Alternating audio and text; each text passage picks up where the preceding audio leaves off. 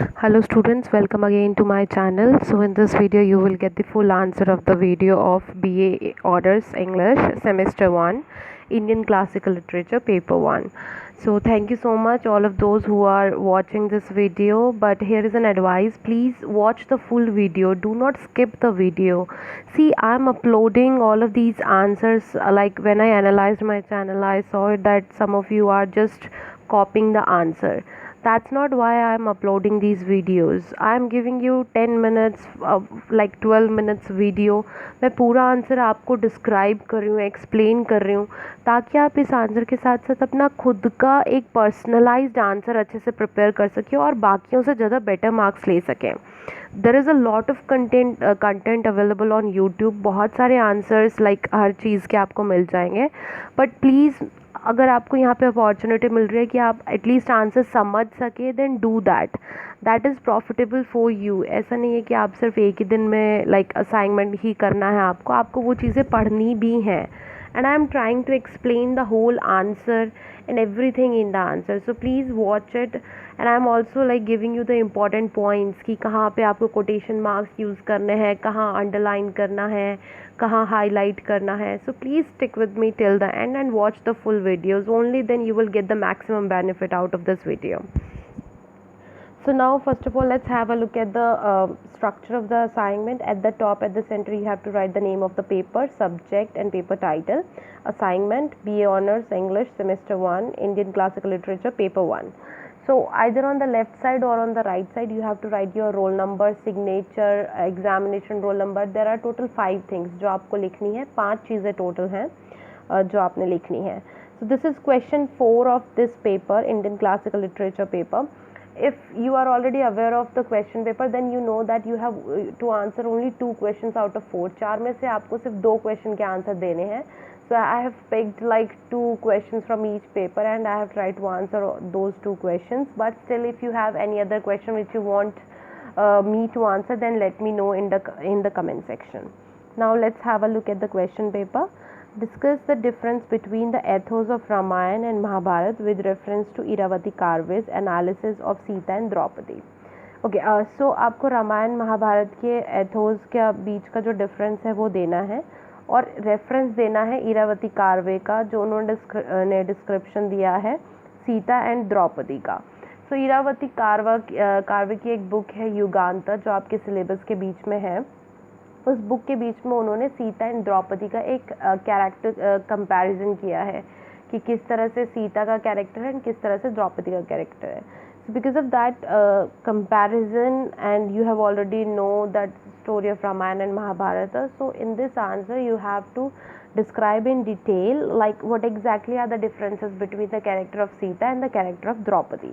So in the very first paragraph, if you have a look, that I have explained a very like brief background that what exactly is happening in this answer. So let's have a step by step look for this. Sita from Ramayana and Draupadi from Mahabharata are the well known names in Indian culture and society. Their name is known to all. हर कोई जानता है कि ये लोग कौन है. Everyone wants a faithful, meek, mild and obedient wife like Sita, who never questions her husband's decision and always sacrifices herself for the sake of her husband's reputation. हर कोई चाहता है कि उनको सीता जैसी पत्नी मिले जो हमेशा अपनी इच्छाओं का बलिदान करे, मासूम हो, भोली हो, कभी कहना ना टालने वाली हो, सारी बातें मानने वाली हो, कभी क्वेश्चन ना करे. हर किसी को इसी तरह की वाइफ अपने लिए चाहिए. However, Draupadi's character is a bit dramatic for Indian readers and society itself. लेकिन द्रौपदी का कैरेक्टर जो है वो थोड़ा सा ड्रामेटिक है इंडियन रीडर्स के लिए और हमें उसे एक्सेप्ट करने में थोड़ी सी दिक्कत होती है. They cannot accept a demanding and overpowering women character who questions her 5 husbands and the authority of the male dominant patriarchy. वो लोग ईजिली यानी कि रीडर्स ईजिली एक्सेप्ट नहीं कर सकते एक ऐसे विमेन कैरेक्टर को जो अपने हस्बैंड को क्वेश्चन करे, जो विमेन पेट्रियार्की को क्वेश्चन करे. इस तरह के विमेन वो लोग एक्सेप्ट नहीं कर सकते. Sita is an ideal bearer of the patriarchal norms while Draupadi is challenging its ultimate control over the resources and women. तो सीता जो है वो आइडियल लाइक बेरर है, ऐसी लाइक एक एपिटोम है, एक ऐसा एग्जाम्पल है कि जो लोग हमेशा सहन करते रहते हैं पेट्रियार्कल नॉर्म्स को, जबकि द्रौपदी जो है वो टोटली अपोजिट है. She is like challenging everything कि why you are controlling our life, why anyone is controlling anyone's life, or also the resources. So it is very interesting to see how to see channelizes the patriarchal setup for her own use. Okay, there is a mistake here, please edit it. It is very interesting to see how Draupadi channelizes the patriarchal setup for her on use. बहुत देखना ये interesting है कि किस तरह से द्रौपदी जो है वो चैनलाइज करती है अपना मतलब पेट्रियार्की को, उसके हस्बैंड की क्वालिटीज़ लाइक अगर युधिष्ठिर धर्मा जो है वो धर्म के बारे में बात करता है, अर्जुन जो है वो खुद को धर्मधर समझता है, तो ये सारी चीज़ों को ही वो यूज़ करती है, उन्हें उकसाती है, उन्हें बोलती है कि कैसे धनुर्धर हो, तुम्हारी बीवी का अपमान हुआ है. All of these things she challenges them.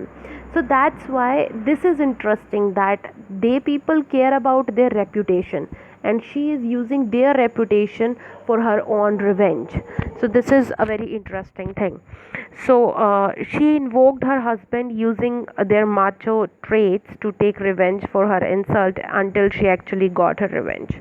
तो वो अपने हस्बैंड्स की ही रेज को इवोक करती है, उनके माचो ट्रेट्स जो हैं, जिनको मर्दाना ट्रेट्स क्वालिटीज़ वो लोग समझते हैं, उन्हें इन्वोक करती है कि जब तक वो लोग उसका रिवेंज नहीं ले लेते, अपना खुद का वो रिवेंज नहीं ले लेती. In Iravati Karve's Yuganta, Draupadi is called the manifestation of Kali, unlike Sita, who is seen as the Gauri or Durga or the domesticated manifestation. So Karve की बुक युगांता में द्रौपदी को काली का और सीता को गौरी और दुर्गा का, यानी कि जो घरेलू रूप है वो समझा जाता है. Karve speaks about the most powerful image of Draupadi as that of a woman with unbound hair who makes the cousins fight through her insistence that she will only tie her hair with the blood of Duryodhana. So Karve जो है वो कहती है कि द्रौपदी की सबसे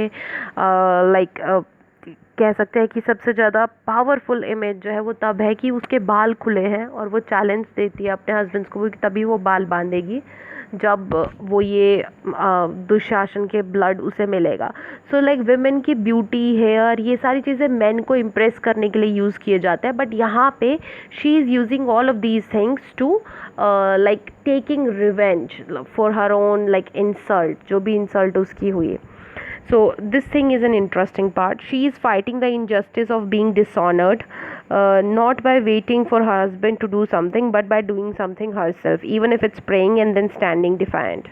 So यहाँ पे वो अपने हस्बैंड्स का वेट नहीं करती, वो अपने हस्बैंड्स को बुलाते ज़रूर रहेगी जब उसका चीरहरण हो रहा था कि ओके आप लोग मेरी हेल्प करो, बट वो लोग नहीं करते, तो वो खुद से ही करती है. और वो क्या कर सकती है, वो प्रे कर सकती है, तो वही काम वो कर रही है वहाँ पे, कि किसी को आवाज़ लगाना, लोगों से सवाल करना, अपने आप के बचाव के लिए वो खुद ही काम कर रही है.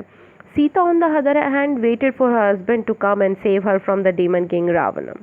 लेकिन सीता ने दूसरी जगह सिर्फ रावण से खुद को बचाने के लिए वेट ही किया राम का. After the revenge was taken, Draupadi did not feel guilty of the war or suffered any injustice, unlike Sita, who has to leave her husband when she was pregnant and spend the rest of her life in the forest. So Draupadi को युद्ध के बाद कोई, या लड़ाई के बाद, she doesn't have to face any guilt. उसको कोई दुख नहीं है उस चीज़ का, या कोई गिल्ट नहीं है, या उसके ऊपर किसी ने कोई आरोप नहीं लगाया. हालांकि यस, आज के टाइम पे there is a famous dialogue that war is because of women, war happens because of women. ऐसे डायलॉग्स हैं, बट द्रौपदी का कोई ऐसा पर्टिकुलर उसके ऊपर प्रॉब्लम नहीं आई, बल्कि सीता के ऊपर सारी प्रॉब्लम आई. वो प्रेग्नेंट थी, उसे अपना घर छोड़ के हमेशा के लिए जंगल में रहना पड़ा, and at the end she has to die. तो उसकी एंडिंग बिल्कुल भी अच्छी नहीं हुई. The only time Sita is given a voice is when she decides to accompany Rama to the forest and share the exile. उसे सिर्फ एक बार सीता ने अपनी मर्जी का डिसीजन लिया, और वो तब जब उसने डिसीजन लिया कि वो राम के साथ जंगल में जाएगी. And she goes in full bridal finery, and her view of the forest is particularly romantic and fun, conveniently placed ashrams etc. और वो fine full bridal finery means कि उसे लगता है कि हाँ, जैसे एक बहू अच्छी जाती है वैसे ही मुझे रहने को मिलेगा. ठीक है, थोड़ी प्रॉब्लम होगी जंगल में रहने के लिए, बट इट्स ओके, हम एक आश्रम में रह लेंगे आराम से, natural forest picnic type. She is also the perfect woman in that she comes with no baggage like Draupadi, not born to humans but found in a furrow, so that the daughter of the earth. So Sita का ये भी एक quality है कि उसके ऊपर कोई baggage या कोई बोझ नहीं है. वो एक नॉर्मल लड़की है कि हाँ ठीक है, पैदा हुए और अब आ गए हैं. उसकी कोई हिस्ट्री नहीं है, कोई उसका ऊपर बर्डन नहीं है, बल्कि द्रौपदी जो है वो मतलब द्रौपदी के बर्थ की एक स्टोरी है कि वो किस तरह से धरती से निकल कर आई थी। No close ties to her parents, अपने पेरेंट्स के साथ इतना क्लोज रिलेशनशिप नहीं था। They adopted her but didn't specifically ask for her and are mention again after her marriage. So उन्होंने उसे अडॉप्ट किया, लेकिन उसकी शादी के बाद दोबारा उसके बारे में कोई बात नहीं हुई। यहाँ पे ये सीता के बारे में है कि सीता के उसके पेरेंट्स के साथ कोई इतनी खास टाई नहीं थी। वो मतलब पैदा हुई, धरती में से निकल के पैदा हुई, लेकिन द्रौपदी जो है वो अलग तरह से पैदा हुई थी, उसको यज्ञ में से मांगा गया था। अब सीता का उसके पेरेंट्स के साथ दोबारा कोई और रिलेशनशिप नहीं दिखाया गया, उसकी शादी के बाद दोबारा कोई मेंशन भी नहीं हुआ उनकी रिलेशनशिप के बारे में। Sita stayed faithful and loyal and quiet till the second loyalty test, when she disappears conveniently to create the perfect man who puts devotion to his people over personal love and happiness and doesn't marry again even when it was allowed. So और सीता जो है वो faithful रहती है, बिल्कुल loyal रहती है और चुप रहती है जब तक उसका सेकंड टेस्ट नहीं होता। पहला टेस्ट ऑलरेडी वो दे के आ चुकी होती है, अग्नि परीक्षा जो उसने लंका में दी होती है। दूसरा टेस्ट जब लव कुश बता देते हैं कि हम ही राम के पुत्र हैं, तो दोबारा से उसको अपनी परीक्षा देने के लिए कहा जाता है और वहाँ पे वो बोलती है कि अगर मैं सच्ची हूँ तो मैं धरती में समा जाऊँ, बिकॉज उसके survival was not possible in that world. So easily बस उसकी एंडिंग दिखा दी कि हाँ वो मर जाती है और उसका पति जो है वो जीवित रहता है, एक परफेक्ट मैन की तरह, जिसको कभी कोई प्रॉब्लम उठानी ही नहीं पड़ी अपनी वाइफ की वजह से। बिकॉज अब अगर सीता वहाँ पे ना मरती तो बाद में फिर कोई ना कोई क्वेश्चन करता कि भाई सीता क्यों नहीं, वो पवित्र है या नहीं है। तो उसने अपने पति के लिए एक हैप्पी परफेक्ट पर्सन क्रिएट किया, एंड उसके बाद उसका पति का बस ये था कि हाँ उसने दोबारा शादी नहीं करी, जबकि वो कर सकता था क्योंकि उसके फादर की ऑलरेडी 3 वाइफ्स थी। So in contrast Draupadi was specifically born to help her father. अब सीता के अपोजिट में, सीता की स्टोरी थी कि उसका पेरेंट्स के साथ कोई अच्छा रिलेशन नहीं था।